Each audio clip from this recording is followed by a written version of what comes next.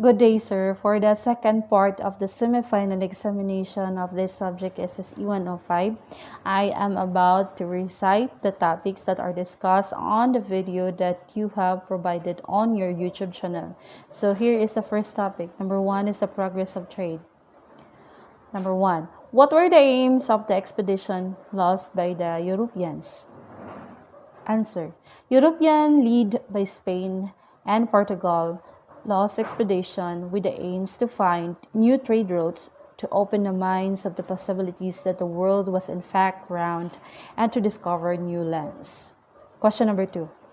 What effect did these expeditions have on the European kingdoms? Answer. This expedition paved the way to the European colonization of the Americas and Asia, led by the Spain and Portugal, thus extending the territories or the colonies of the European kingdom. Topic number 2. Central and South America. Question. What were the conditions of South and Central America before the arrival of the Europeans? Answer.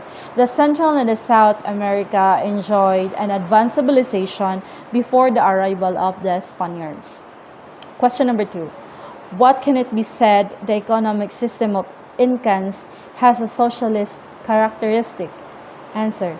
The Incans is one of the earliest society of the America, developed a strong political structures. Their economy was based on agriculture with a socialist element, meaning that the lands of each products were shared equally. Government experts were responsible of choosing which crop to be planted, besides the trainings of peasants in all aspects of agriculture. Next topic is the colonization of America. Question. How did Spain go about the conquest of America? Answer. Spain went about the conquest of America gradually by conquering one state at a time. In 1519, the Spanish governor sent Hernando Cortes and 550 men to South America for future colonization. In 1521, the Spaniard founded the city of Mexico. The occupation of Peru in 1536 was led by Francisco Pizarro. By means such as this, Spain colonized Central and South America until by 1570 there were 192 Spanish communities in the continent.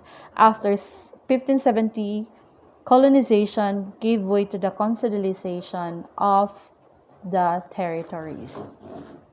Question number 4. 2. What effects of the Spain colonization of America have early American civilization? Answer.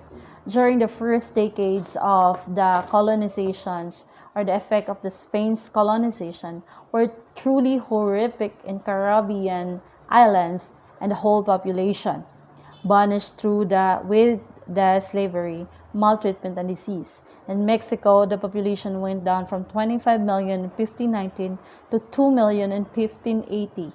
In Peru, it went down to 10 million in 1530 to 1.5 million in 1590. Uprising. This is the third topic. Question number 1. What were the life like under the European colonizer? Answer. Under the European colonizer, the life of the masses was miserable like animals because of the oppressive, inhuman treatment of Europeans to their slaves. Question number 2. How did the slaves react to their oppression? Answer. The pent-up anger of the slaves eventually exploded into several uprisings or revolts to be freed from the bondage of slavery. Number 3. What role did this mestizo play in the independence of many South American states? Answer. The mestizos played the role of leadership of independence movement. Next topic is the colonization of Asia. Question. What were the reasons behind Portugal attempted colonization in India and other Asian region? The answer. The reason behind Portugal attempted colonization of India and other Asian region were to get fully Asian products and to control the trade of these products. Question number 2. How did the European enforce the control of their trade? Answer. European enforced their control over trade by establishing ports in every town in all colonies they occupied and employing military forces. Next topic is the decline of feudalism. Question. What was the doctrine of laissez-faire? What were the economic development which inspired the formulation of this doctrine? Answer. The doctrine of laissez-faire or free market is unrestricted trade or free trade that would result in increased competition, which in turn would result in higher quality goods and low prices. The formulation of this doctrine was inspired by the new inventions like the power loom or the weaving machine and a great increase of profit for the capitalist. Question number 3. Who was Adam Smith? What was his opinion of laissez-faire? Adam Smith was a Scottish economist and a moral philosopher, as well as who is regarded as the father of economics or the father of the capitalism. According to Smith, unrestricted or free trade or market would result in increased competition, which in turn would result into higher quality goods at lower prices. The next topic is the philosophies of enlightenment. Number 1 question. Who was John Locke? How he defined the social contract? Answer. John Locke was an English philosopher who authored a book whose traits in civil government that attempted to answer where did the ruler's powers, privileges, and where did the subject's freedom and right begin. According to Locke, all people possesses certain unalienable or basic or inherent right, such as the right to defend your life, the right for freedom, and for property. The government rights to rule dependent on the agreement on the citizens' agreement to this right. This agreement is the basis of social contract between the government and the governed. Locke also asserted that should be the government should violate this contract, the people have every right to revolt. Next question is, who was Jean-Jacques Rousseau? What his theory about the nature of people?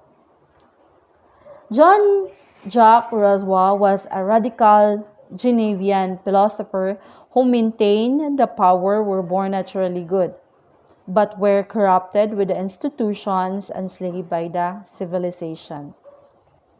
Next topic is the American Revolution. Question. What were England's policies regarding their colonies in the North America? What effect did policies have on the progress of capitalism? Answer.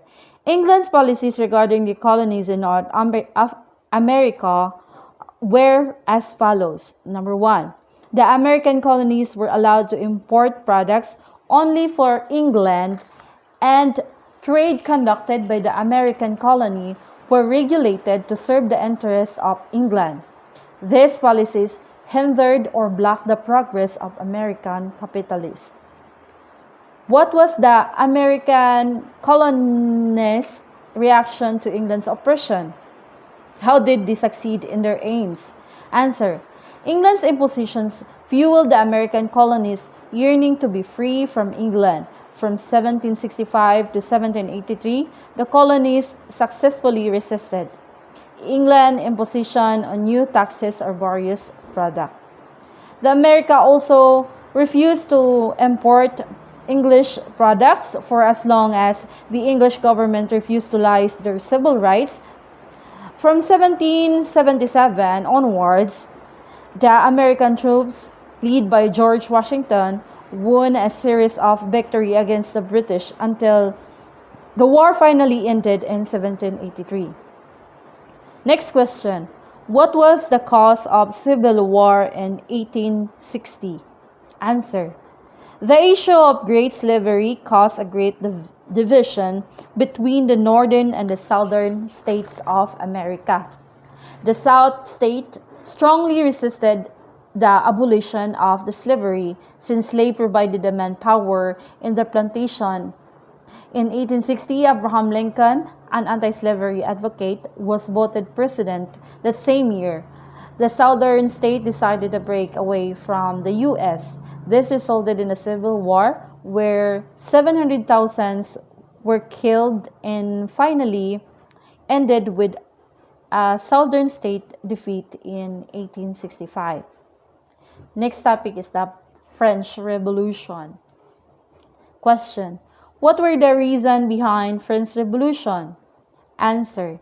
The incompetent and the backward rule of aristocracy caused the French Revolution with the background of economic and social changes, which was the creation of the new French Constitution that emphasized the Declaration of Human Rights.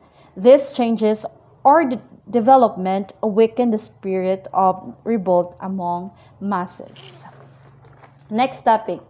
Next question is, what did the Declaration of Human Rights contain? How do these rights affect us today? Answer. In this first section, this declaration entrusts the equality and the freedom of all people among the basic rights enumerated, were the rights to be free from slavery and freedom of speech and assembly. It also reveals the rights of the owners over their property. These rights and freedoms still guide all democratic society of today, and these rights affect us today politically and morally. We have enjoyed the democratic government and social political policies that prioritize the welfare of the people.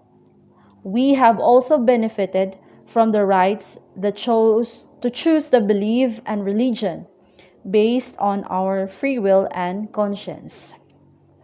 Next question is, who was Napoleon Bonaparte? How did he reverse against French Revolution? Napoleon Bonaparte was a French statesman, military leader. When the French government became dependent on his victorious campaigns against the rebels or insurgents of government.